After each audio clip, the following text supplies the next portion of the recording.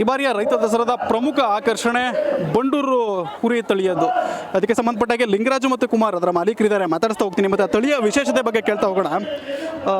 ಲಿಂಗರಾಜು ಅವರೇ, ಏನು ಈ ತಳಿಯ ವಿಶೇಷತೆ ಬಂಡೂರದು? ವಿಶೇಷತೆ ಅಂದರೆ ಇದು ಬಂದುಬಿಟ್ಟು ಇರೋದೇ ಕಮ್ಮಿ ಸರ್. ನಮ್ಮ ಕರ್ನಾಟಕದಲ್ಲಿ ನಮ್ಮ ಬಂಡೂರು ತಳಿ ಅನ್ನೋದು ಇರೋದೇ ಕಮ್ಮಿ. ಇದು ಕ್ವಾಂಟಿಟಿ ಇದ್ರದ್ದು ನೋಡೋಕ್ಕೆ ಕ್ಯೂಟಾಗಿರುತ್ತೆ, ಮತ್ತು ಇದು ಸಾಕೋದು ಈಸಿ, ಫ್ರೆಂಡ್ಲಿ ಅಲ್ವಾ. ಆಮೇಲೆ ನೋಡೋಕ್ಕೆ ಮುದ್ದಾಗಿರುತ್ತೆ. ಮತ್ತು ಈ ಲುಕ್ಕು ನಿಮಗೆ ಈ ಕಳೆ ಬಂದ್ಬಿಟ್ಟು ಬೇರೆ ಕುರಿಲಿ ಬರಲ್ಲ. ಗಂಡು ಬಂದ್ಬಿಟ್ಟು ನೀವು ಒಂದು 12ರಿಂದ 14 ತಿಂಗಳು ಸಾಕಿದ್ರೆ ಒಂದು 45ರಿಂದ 50 kg ಬರ್ತವೆ ಸರ್ ಗಂಡು. ಹಾಂ, ಬರುತ್ತೆ. ಇದು ನೋಡಿ, ಇದು ಗಂಡು 8 ತಿಂಗಳು ಮರಿ. 8 ತಿಂಗಳು ಮರಿನಾ ಇದು? ಹೌದು. ತೂಕ 35 kg ಇದೆ. 35 kg ಜೀವಂತ ತೂಕ 35 kg ಇದೆ.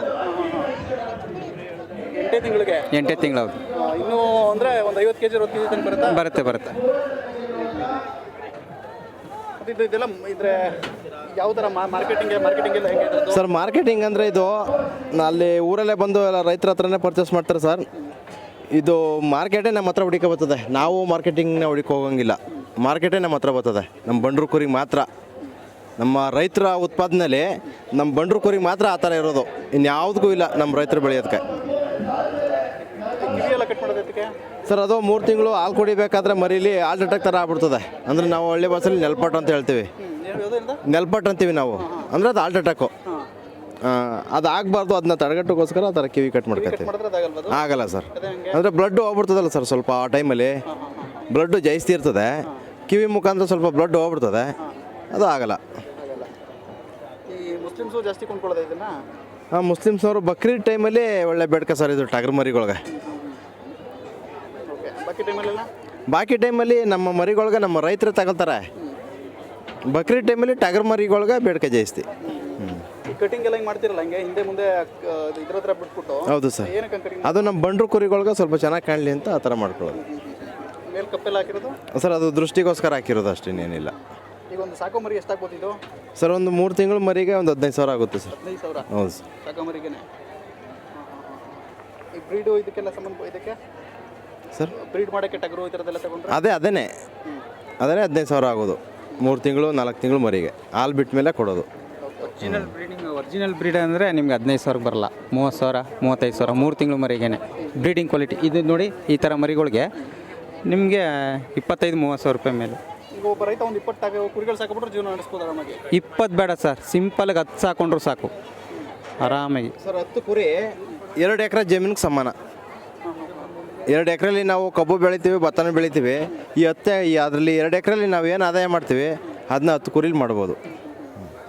ಅಂದರೆ ಈಗ ಒಂದು ಹುಟ್ಟಿದ್ದೊಂದು 8 ತಿಂಗಳು 9 ತಿಂಗಳಿಗೆಲ್ಲ ಮಾರ್ಬಿಡ್ಬೋದು ಸರ್. 3 ತಿಂಗಳಿಗೆ ಮರಿನ 3 ತಿಂಗಳಿಗೆ ಮಾರ್ಬೋದು. ಏನು ತೊಂದರೆ ಏನಿಲ್ಲ. ಹಾಲು ಬಿಟ್ಟಿರುತ್ತೆ ಅಷ್ಟೊತ್ತಿಗೆ, ಮೇವು ಚೆನ್ನಾಗಿ ತಿಂತಿರುತ್ತೆ, ಸೇಲ್ ಮಾಡ್ಬೋದು ಸರ್. ಡಾರ್ಪರ್ ಕುರಿಯ ಬಗ್ಗೆ ಅದರ ಮಾಲೀಕರಾದಂಥ ದೀಪಕ್ ಅವರು ಇದ್ದಾರೆ. ಅದರಿಂದ ಹೆಚ್ಚಿನ ಮಾಹಿತಿ ಅಂದರೆ ಎಲ್ಲಿಂದ ತರಿಸಿರುವಂತಹ ತಳಿ, ಅದರ ವಿಶೇಷ ಏನೋದನ್ನು ಕೇಳಿ ತಿಳ್ಕೊಳ್ಳೋಣ. ದೀಪಕ್ ಅವರೇ, ಆಫ್ರಿಕಾ ಮೂಲದ ಈ ತಳಿ ಇದು? ಹೌದು ಸರ್. ಓಕೆ, ಅಲ್ಲಿಂದ ತರಿಸಿರೋದು ನೀವು? ಹೌದು. ಎಷ್ಟು ಕಾಸ್ಟ್ ಬೀಳ್ತು ಇದನ್ನು ತರಿಸಲಿಕ್ಕೆ ಇದಕ್ಕೆಲ್ಲ? ಅಂದರೆ ನಾವೇ ಡೈರೆಕ್ಟ್ ತರಿಸಿಲ್ಲ, ಬೇರೆಯವ್ರು ತರಿಸಿದ್ರು, ಅವ್ರ ಹತ್ರ ನಾವು ತೊಗೊಂಡಿದ್ದೀವಿ. ಒಟ್ಟಲ್ಲಿ ಆಫ್ರಿಕಾ ತಳಿ ಇದು. ಓಕೆ, ಏನು ವಿಶೇಷ ಇದ್ರದ್ದು? ಇದ್ರ ವಿಶೇಷ ಏನಂದರೆ ಇದು ಒಂದು ವರ್ಷದಲ್ಲಿ 80ರಿಂದ 100 kg ತನಕ ಬೆಳೀತದೆ. ಹಾಂ, ಮತ್ತು ಎಲ್ಲ ವೆದರ್ಗೂ ಸೂಟ್ ಆಗ್ತದೆ. ಮತ್ತು ಇದರಲ್ಲಿ ಏನಂದರೆ ಕೊಬ್ಬಿನಾಂಶ ಕಮ್ಮಿ, ಮತ್ತು ಇದು ಉಣ್ಣೆ ಉದ್ರ ಹೋಗ್ತದೆ. ಸ್ವಲ್ಪನೇ ಬೆಳೆಯೋದು, ತಿನ್ನೋದೆಲ್ಲ ಫುಡ್ಡೆಲ್ಲ ಮಾಂಸಕ್ಕೆ ಹೋಗ್ತದೆ, ಬೆಳವಣಿಗೆಗೆ ಹೋಗ್ತದೆ. ಉಣ್ಣೆ ಬೆಳೆಯಲ್ಲ ಇದರಲ್ಲಿ ಜಾಸ್ತಿ. ನಿಮ್ಗೆ ಹೆಂಗೆ ಮಾಹಿತಿ ಸಿಗ್ತಿದ್ರದ್ದು? ಇದ್ರದ್ದು ನಾವು ಯೂಟ್ಯೂಬಲ್ಲಿ ನೋಡಬೇಕಾದ್ರೆ ಬೇರೆ ಫಾರ್ಮಲ್ಲೆಲ್ಲ ನೋಡಿ ಲಾಕ್ಡೌನ್ ಟೈಮಲ್ಲಿ ನಾವು ಮಾಡೋಣ ಅಂದ್ಬಿಟ್ಟು ಮಾಡಿದ್ದು. ಯೂಟ್ಯೂಬಲ್ಲಿ ನೋಡಿ ಎಲ್ಲಿಂದ ತರಿಸಿದ್ರಿ? ಯಾರನ್ನು ಸಂಪರ್ಕ ಮಾಡಿದ್ರಿ? ಹೇಗೆ? ಅದೇ ನಾವು ಮಹಾರಾಷ್ಟ್ರದಲ್ಲಿ ಒಂದು ಫಾರಮ್ ಇತ್ತು, ಅಲ್ಲಿಂದ ತರಿಸ್ಕೊಂಡು ಮಾಡಿದ್ದು. ಎಷ್ಟು ತರಿಸಿದ್ರಿ ಟ್ರಾವೆಲಲ್ಲಿ? ನಾವು ಅದನ್ನ ಪ್ಯೂರ್ ಬ್ರೀಡ್ಗಳು ಈಗ ಸದ್ಯಕ್ಕೆ ನಮ್ಮ ಹತ್ರ ಒಂದು 20 ಇದೆ. ಅದರಲ್ಲಿ ನಮ್ಮ ಹತ್ರ 200 ಕುರಿ ಇದೆ. ಅದರಲ್ಲೆಲ್ಲ ಕ್ರಾಸ್ ಮಾಡಿ ಹಾಂ, ಅಂದರೆ ಜನ್ರೇಷನ್ಗಳಿದೆ, F1 F2 ಅಂತ. ಎಷ್ಟು ವರ್ಷದಿಂದ? ಅಂದರೆ 3 ವರ್ಷದಿಂದ ನಾವು ಮಾಡ್ತಾ ಇದ್ದೀವಿ. ಅಂದರೆ ಒಳ್ಳೆ ಲಾಭ ಆಗಿದೆ 3 ವರ್ಷದಿಂದ? ಹಾಂ, ಅಂದರೆ ಫಾರ್ಮಲ್ಲಿ 2 ವರ್ಷದ ತನಕನೂ ಖರ್ಚಿರುತ್ತೆ, 2 ವರ್ಷ ಆದಮೇಲೆ ಲಾಭ ಬರುತ್ತೆ. ಅಲ್ಲಿ ತನಕ ಬ್ರೀಡ್ ಮಾಡ್ತಾ ಇರ್ತಿದ್ವಲ್ಲ. ಲಾಭ ಮಾಡ್ತೀರಿ? ಈಗ ನಮ್ಗೆ ತಿಂಗ್ಳಿಗೆ ಒಂದು 2 ಲಕ್ಷ ಲಾಭ ಆಗುತ್ತೆ ತಿಂಗಳಿಗೆ. ಅಂದರೆ ಸ್ಟಾರ್ಟಿಂಗೇ ಆಗ್ಬಿಡಲ್ಲ, 2 ವರ್ಷದ ತನಕನೂ ಖರ್ಚಿರುತ್ತೆ, 2 ವರ್ಷ ಆದಮೇಲೆ ಲಾಭ ಬರುತ್ತೆ. 200 ಕುರಿ ಇದೆ? 200 ಕುರಿ ಇದೆ. ಇದಕ್ಕೆಲ್ಲ ಮಾರ್ಕೆಟಿಂಗ್ ಹೆಂಗಿದೆ? ಬಂದು ತಗೊಂಡು ಹೋಗ್ತಾರೆ? ಒಂದು ಫಾರ್ಮಲ್ಲೇ ತಗೊಂಡು ಹೋಗ್ತಾರೆ. ನಾವು 3 ತಿಂಗಳು ಮರಿ ಒಂದು F1 ಅಂತ ಕೊಡ್ತೀವಿ, 20,000 25,000ಕ್ಕೆಲ್ಲ ಕೊಡ್ತೀವಿ ಮರಿನೇ ತಗೊಂಡು ಹೋಗ್ತಾರೆ. ಇನ್ನು ಬ್ರೀಡಿಂಗ್ ಉದ್ದೇಶದಿಂದ F2 F3 ಅಂತೆಲ್ಲ ಕೊಡ್ತೀವಿ. F2 ಎಲ್ಲ ಒಂದು 40,000-50,000 ಕೊಡ್ತೀವಿ, ಅವು ಸೇಲ್ ಆಗ್ತವೆ. ಇಷ್ಟು ತೂಕ ಬರಲಿಕ್ಕೆ ಎಷ್ಟು ಟೈಮ್ ಬೇಕು ಅಂತ ಈ ಮರಿಗೆ? 80ರಿಂದ 100 kg ಬರೋಕ್ಕೆ 1 ವರ್ಷದಲ್ಲೇ ಬಂದ್ಬಿಡ್ತದೆ. 1 ವರ್ಷ ಬೇಕು. 1 ವರ್ಷದಲ್ಲೇ 80 kg ಬಂದ್ಬಿಡ್ತದೆ. ಇದನ್ನ ಸಪ್ರೇಟಾಗಿ ನಾವು ಮಟನ್ ಪರ್ಪಸ್ಗೋಸ್ಕರ ಚೆನ್ನಾಗಿ ಫೀಡ್ ಕೊಟ್ಟು ಸಾಕಿದ್ರೆ 200 kg ತನಕನೂ ಬೆಳೀತದೆ ಇದು. 200 kg? 200 kg ಬರಲಿಕ್ಕೆ ಎಷ್ಟು ಟೈಮ್ ಬೇಕು? ಒಂದು 2 ವರ್ಷ 2.5 ವರ್ಷದಲ್ಲಿ 200 kg ತನಕನೂ ಬೆಳೀತದೆ. ನಮ್ಮ ವೆದರ್ಗೆಲ್ಲ ಇದು ಹೊಂದ್ಕೊಳುತ್ತಾ ಆಫ್ರಿಕನ್ದಲ್ಲಿ? ಹೊಂದ್ಕೊಳ್ಳುತ್ತೆ. ಇದು ಆಫ್ರಿಕಾದಲ್ಲಿ ಬೇಸಿಗೆಗಾಲದಲ್ಲಿ ತುಂಬ ಸೆಕೆ ಇರುತ್ತೆ, ಚಳಿಗಾಲದಲ್ಲಿ ತುಂಬ ಚಳಿ ಇರುತ್ತೆ. ಆ ವೆದರಲ್ಲೇ ಇದು ಬೈಲಲ್ಲೆಲ್ಲ ಮೇಯ್ಕೊಂಡು ಬೆಳೆದಿರುವಂಥ ಕುರಿ, ಎಲ್ಲ ವೆದರ್ಗೂ ಹೊಂದ್ಕೊಳ್ಳುತ್ತೆ ಇದು.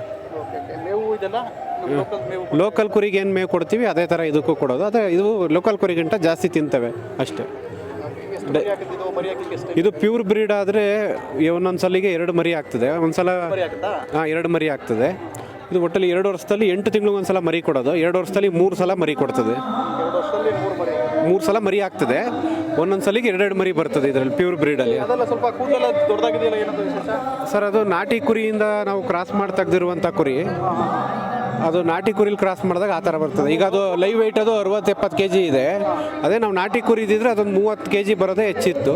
ಈಗ ನಾವು ಡಾರ್ಪರಿಂದ ಕ್ರಾಸ್ ಮಾಡಿರೋದ್ರಿಂದ ಅದು 60 kg 70 kg ಬರ್ತದೆ.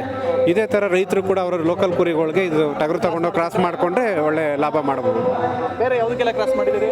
ನಾವು ಬಂಡೂರು ಕುರಿಗೆ ಮಾಡಿದ್ದೀವಿ, ಇದು ಬಂಡೂರು ಕುರಿಲಿ ಬಂದಿರುವಂಥದ್ದು. ಮತ್ತು ಎಳಗ ಕುರಿಲಿ ಮಾಡಿದ್ದೀವಿ, ಅದು ಎಳಗ ಕುರಿಲಿ ಬಂದಿರುವಂಥದ್ದು. ಈ ಥರ ಎಲ್ಲ ಕುರಿಲೂ ಮಾಡಿದ್ದೀವಿ. ಮತ್ತು ರಾಮ್ ಬುಲೆಟ್ ಕುರಿಲಿ ಮಾಡಿದ್ದೀವಿ. ರಾಮ್ ಬುಲೆಟಲ್ಲಿ ಬಂದಿರೋ ಕುರಿ ಅಲ್ಲಿ ನಿಂತಿದೆಯಲ್ಲ, ಅದು ರಾಮ್ ಬುಲೆಟಲ್ಲಿ ಬಂದಿರೋ ಕುರಿ. ರಾಮ್ ಬುಲೆಟಲ್ಲಿ ಮಾಡಿದ್ರೆ ಚೆನ್ನಾಗಿ ಬರ್ತದೆ ಎಲ್ಲ ಕುರಿಗಿಂಟನೂ ಇದರಲ್ಲಿ. ಕ್ರಾಸ್ ಮಾಡ್ಕೊಬೋದು. ಹೌದು ಸರ್. ಒಂದು ಮೇಂಟೆನೆನ್ಸ್ ಮಾಡಲಿಕ್ಕೆ ಏನೆಲ್ಲ ಖರ್ಚು ಬರುತ್ತೆ ಹಿಂಗೆ? ಒಂದು ಕುರಿಗೆ ಒಂದು ತಿಂಗಳಿಗೆ ಒಂದು 500 ರೂಪಾಯಿ ಅಂತ ಖರ್ಚು ಬೀಳ್ತದೆ ಸರ್. 500 ರೂಪಾಯಿ ಖರ್ಚು ಬೀಳ್ತದೆ. ಎಷ್ಟು ಜನ ಬೇಕು ಒಂದು 20 ಕುರಿ ನೋಡ್ಕೊಳ್ಳೋಕ್ಕೆ? 20 ಕುರಿ, ಒಂದು 100 ಕುರಿ ತನಕನೂ ಒಬ್ಬರಿದ್ರೆ ಸಾಕು.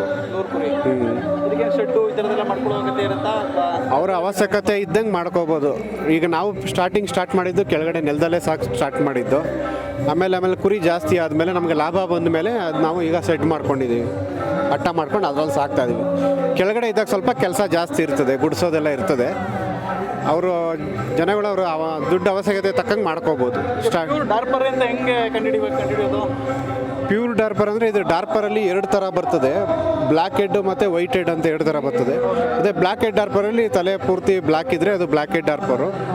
ಮತ್ತು ಅದು ಡಾರ್ಪರ್ ಅಂದರೆ ಅದು ವೆಯ್ಟು ಇರಬೇಕು, ಲೆಂತ್ ಇರಬೇಕು, ಮತ್ತು ಕಾಲೆಲ್ಲ ದಪ್ಪಕ್ಕಿರಬೇಕು. ಹೈಟ್ ಜಾಸ್ತಿ ಬರೋಲ್ಲ ಡಾರ್ಪರ್, ಇದು ಲೆಂತ್ ಬರುತ್ತೆ. ಅದನ್ನ ನೋಡಿ ಗುರುತಿಸ್ಕೊಂಡು ತಗೋಬೇಕು.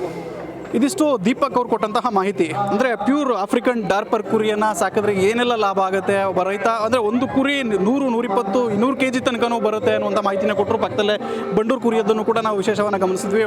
ಒಂದು ಬಂಡೂರು ಕುರಿ ಇರ್ಬೋದು, ಡಾರ್ಪರ್ ಇರ್ಬೋದು, ಒಂದು 10, 15, 20 ಸಾಕೊಂಡ್ರೆ ಒಂದು ಸಂಸಾರವನ್ನು ಆರಾಮಾಗಿ ನಡೆಸ್ಬೋದು, ತಿಂಗಳಿಗೆ 1000 ರೂಪಾಯಿ ಇನ್ಕಮ್ ಮಾಡ್ಬೋದು ಅನ್ನುವಂತಹ ಮಾಹಿತಿಯನ್ನು ಕೊಟ್ಟರು. ಕ್ಯಾಮ್ರಾ ಪರ್ಸನ್ ನಂದೀಶ್ ಜೊತೆ Kendaganna GB Sargur, Indian TV, Mysuru.